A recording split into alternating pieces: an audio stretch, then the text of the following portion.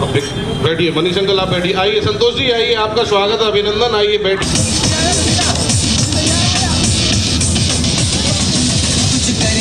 कुछ करिए नस नस मेरी खोले, हाय कुछ करिए,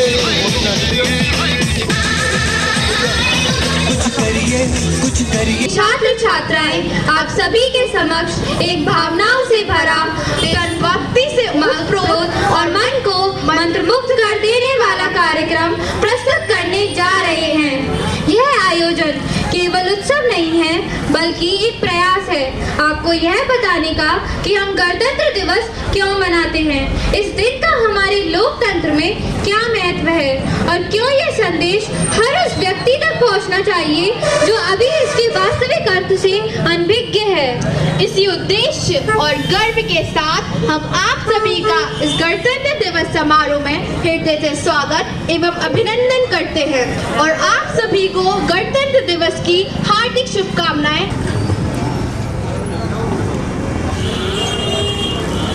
अब मैं मंच पर आमंत्रित करती हूँ साक्षी सिसोदिया और पावनी सोलंकी को, जो अपने विचारों द्वारा गणतंत्र दिवस के ऐतिहासिक और राष्ट्रीय महत्व करते हैं।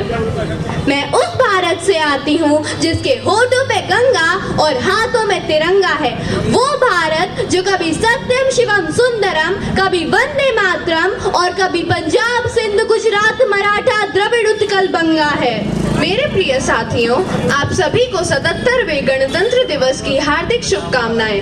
आज का दिन केवल एक राष्ट्रीय पर्व नहीं बल्कि हमारे लोकतांत्रिक मूल्यों का उत्सव है। 26 जनवरी 1950 को भारत ने अपना संविधान अपनाया और स्वयं को एक संप्रभु, धर्मनिरपेक्ष, समाजवादी और लोकतांत्रिक गणराज्य घोषित किया। संविधान कोई साधारण किताब नहीं है, यह सिर्फ कानूनों का संग्रह नहीं है। संविधान हमारे देश की आत्मा है। संविधान हमें बताता है कि आज हम कहां से आए हैं, हम कहां खड़े हैं और हमें किस दिशा में आगे बढ़ना है। जब हमारा देश आजाद हुआ तब भारत के पास न तो धन था, न संसाधन थे और न ही आधुनिक सुविधाएं थी, लेकिन हमारे पास कुछ था, दूरदृष्टि रखने वाले महान लोग। डॉक्टर भीमराव अंबेडकर, पंडित जवाहरलाल नेहरू, राजेंद्र प्रसाद जैसे कई महान विभूतियों ने दिन रात मेहनत करके हमें ये संविधान दिया। डॉक्टर भीमराव अंबेडकर ने संविधान बनाते समय हर वर्ग, हर धर्म, हर जाति और हर एक व्यक्ति के अधिकारों का ध्यान रखा। आज इसी संविधान की वजह से हमारे देश में स्वतंत्रता है, समानता है और न्याय है। डॉक्टर भीमराव अंबेडकर ने कहा था, संविधान केवल वकीलों का दस्तावेज नहीं, ये जीवन जीने का तरीका है। संविधान केवल हमें अधिकार ही नहीं बल्कि हमारे कर्तव्यों की याद भी दिलाता है। भारत की पहचान उसकी विविधता में एकता है। अलग अलग भाषा, धर्म और संस्कृति के बावजूद हम सब पहले भारतीय हैं। किसी शायर ने बड़ी खूबसूरती से कहा है, मजहब नहीं सिखाता आपस में बैर रखना, हिंदी है हम, वतन है हिंदुस्तान हमारा।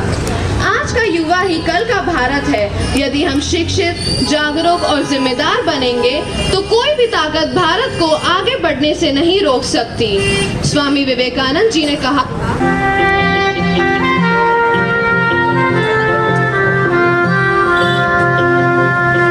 आज दिल पे हाथ रख के ये कसम ले हम सभी, ना झुकेगा देश अपना, ना झुकेंगे हम कभी। फोटो मार दिए 2-4 यार, मैं वीडियो बना।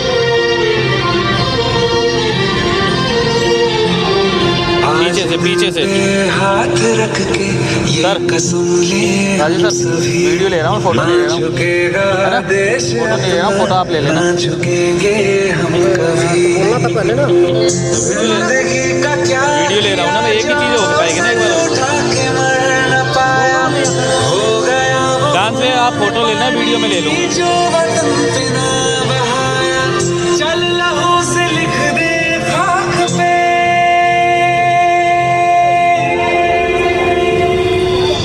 ऐ भारत माँ तेरी माटी तेरा देश पहले, दुनिया के सारे सुख पीछे है मेरा देश पहले। है तिरंगा शान अपनी, देंगे इस पे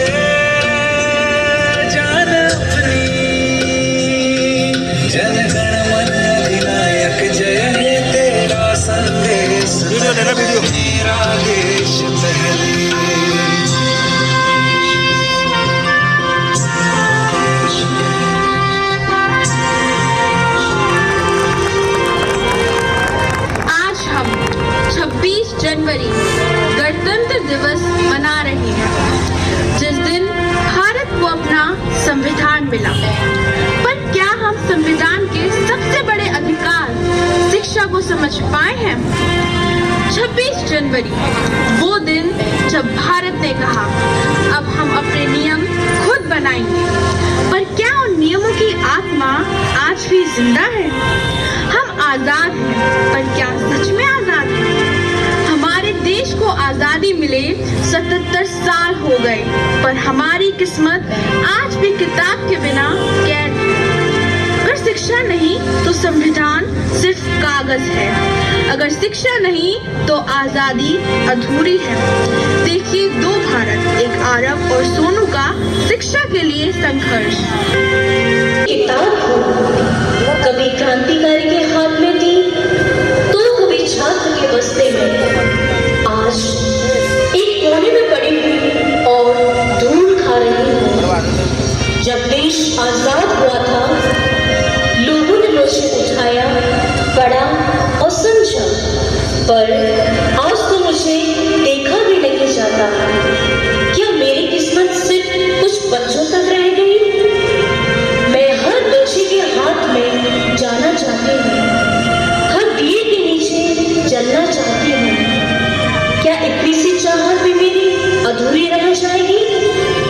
मैं किताब हूँ, मुझे पढ़ो, मैं तुम्हें आजाद कर दूंगी, दिल से, सोच से और जिंदगी से।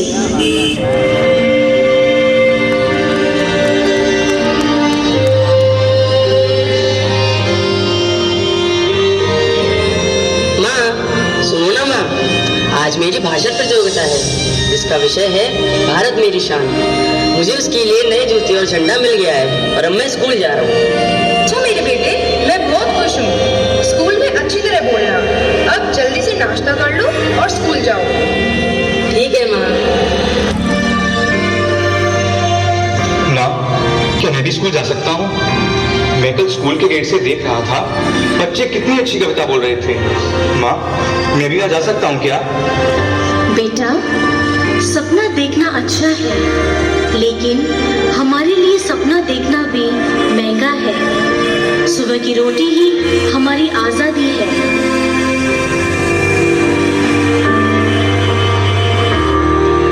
लोग कहते हैं देश आजाद हो गया, और माँ कहती है तेरे लिए तो सुबह भी गुलामी जैसी है बेटा।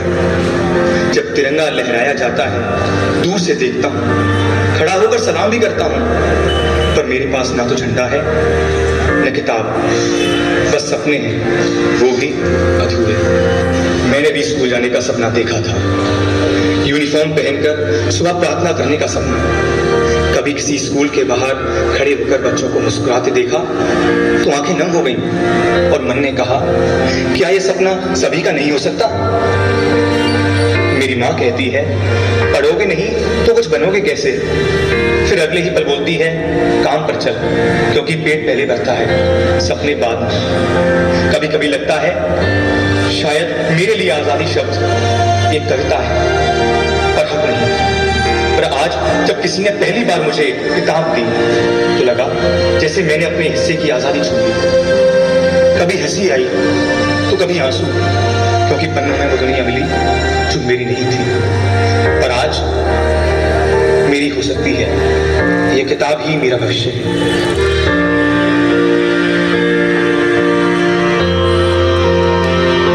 अरे सोनू, तू फिर वहीं बैठा है, स्कूल क्यों नहीं आता?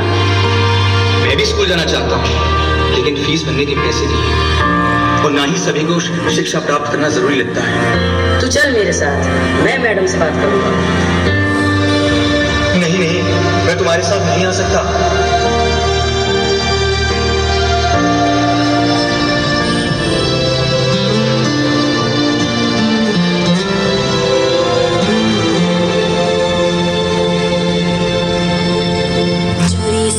चोरी से छुप छुप के मैंने चोरी से छुप छुप के तिनका चुन के सपना एक बनाया।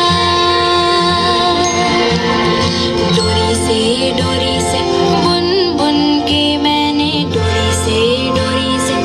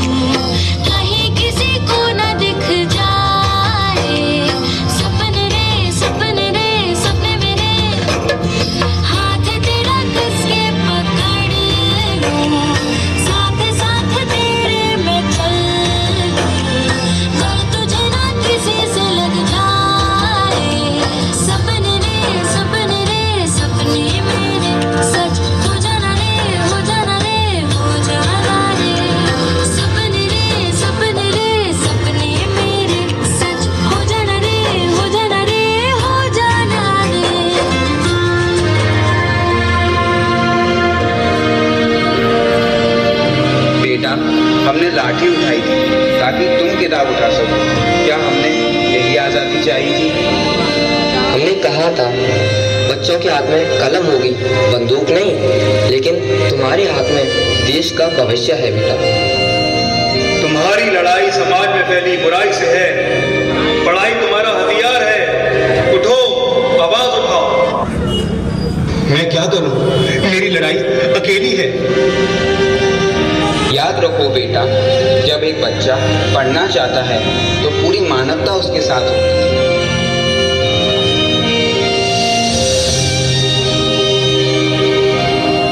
Good morning ma'am. Good morning बेटा। मैम, स्कूल के बाहर एक सोनू नाम का लड़का उदास बैठा रहता है।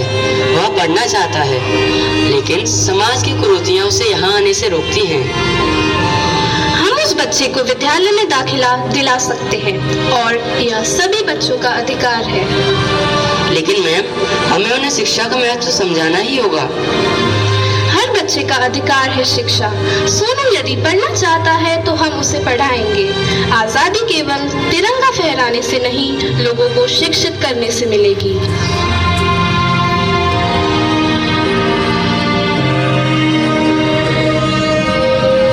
पिताजी, हमारे गांव में लोग शिक्षा को महत्व क्यों नहीं देते? क्या हुआ बेटा? जब मैं स्कूल जाता हूँ तब मुझे रोज एक सोनू नाम का लड़का स्कूल के बाहर उदास बैठा मिलता है। वह पढ़ना चाहता है, लेकिन गांव में कोई शिक्षा के महत्व को समझता ही नहीं है। हाँ बेटा, शिक्षित व्यक्ति ही शिक्षा के महत्व को समझ सकता है। लेकिन पिताजी, यह तो बताइए, हम लोगों को शिक्षा के महत्व के बारे में कैसे समझाएंगे? ठीक है बेटा, मैं कुछ सोचता हूँ। यह हमारे समाज के लिए बहुत जरूरी है।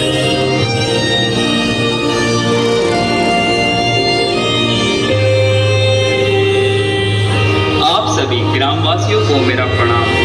मैं बहुत खुश हूँ कि आप सभी मेरे बुलाने पर यहाँ एकत्रित हुए हैं। मैंने आज यह सभा इसलिए बुलाई है, आप सभी अपने अपने बच्चों को स्कूल में दाखिल कराएं, सभी को शिक्षित करने में हमारा सहयोग करें।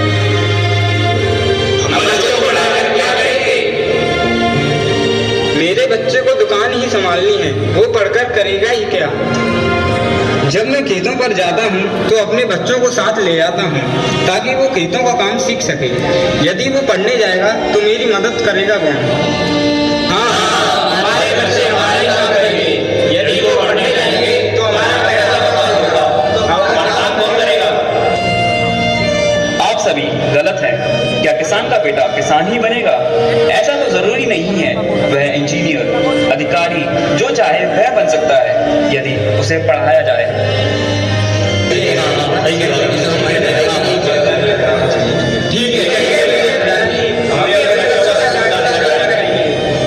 मैं बहुत खुश हूँ कि आप सभी ने शिक्षा के महत्व को समझा। मैं आज ही जाके प्रधानाचार्य जी से बच्चों के दाखिले के बारे में बात करता हूँ। प्रणाम प्रधानाचार्य जी, हमारे भी गांव के बच्चों का दाखिला इस विद्यालय में कर दो। हम सभी अपने बच्चों को पढ़ाएंगे, उनके सपने पूरे करेंगे, चाहे वह लड़का हो या लड़की, सभी को शिक्षा प्राप्ति का समान अधिकार है। धन्यवाद प्रधान जी, आपने लोगों को शिक्षा के लिए जागरूक किया। हम सभी बच्चों को अच्छी शिक्षा देंगे, उनके उज्जवल भविष्य का निर्माण करेंगे। धन्यवाद प्रधानाचार्य जी। आज मुझे ये किताब मिल गई, मेरी पहचान मिल गई और मुझे इस विद्यालय में खड़े होकर अपने भावों को बोलने का मौका मिला। आज पहली बार लगा कि मैं आजाद हूँ। आज मैं भी तिरंगा को सलामी दे सकता हूँ।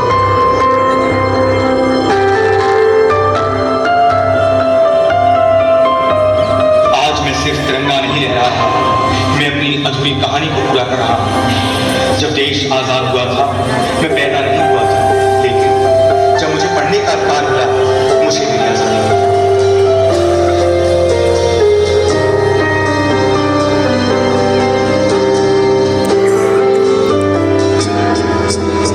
जहाँ धरती गाती गीत नया, हर रंग में बसता प्यार सदा, बसती है पग पग प्रीत, यहाँ है उमड़ता जोश जहाँ, लहराता है परचम हर दिशा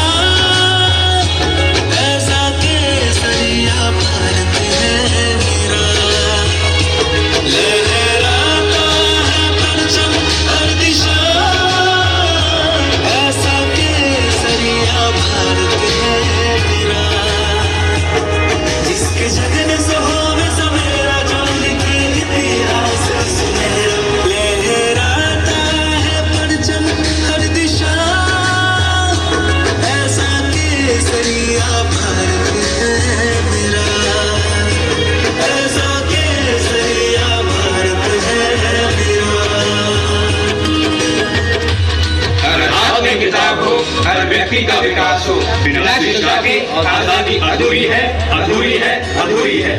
भारत माता की जय, जय हिंद, जय भारत।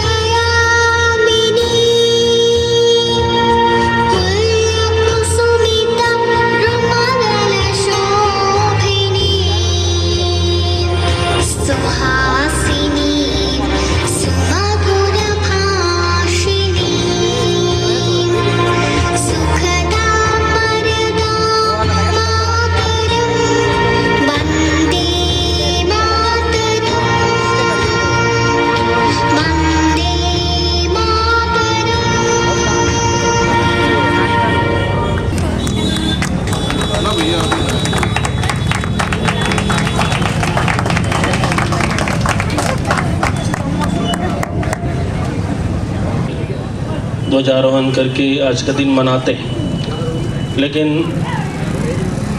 कहीं मार्केट में, सब्जी मंडी में इस जगह पर ये प्रोग्राम का आयोजन नहीं होता है।